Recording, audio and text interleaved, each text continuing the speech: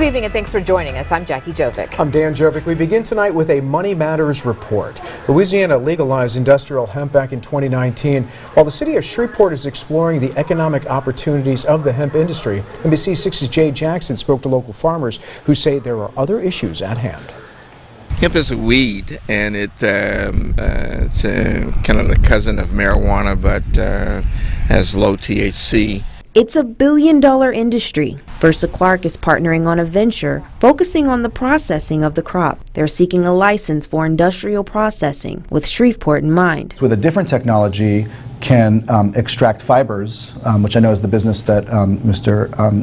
Clark and Mr. Siscon are looking at. City officials say the area in and around Shreveport is ripe for farming. For the farmers, we're going to be there for them when they harvest their crop in order to take it further on up the line. But a lot of small farmers feel the legislation isn't conducive. Michael Billings is a local farmer who says all of the risk of farming hemp are placed on them. They can't grow a plant that has more than 0.37% THC, and they can't test that plant until right before they harvest. If they do test higher than 0.3%, they have to burn the crop. They're not even allowed to use it for fiber, and their insurance won't cover the loss of the crop.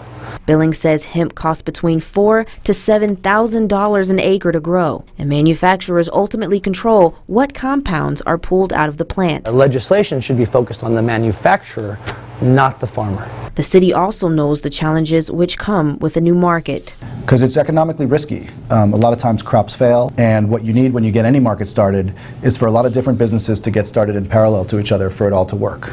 Jay Jackson, NBC 6 News. Jay, thank you very much. The city is hosting an info session on March the 10th. You can hear from farmers who've grown hemp and find out how to get a permit.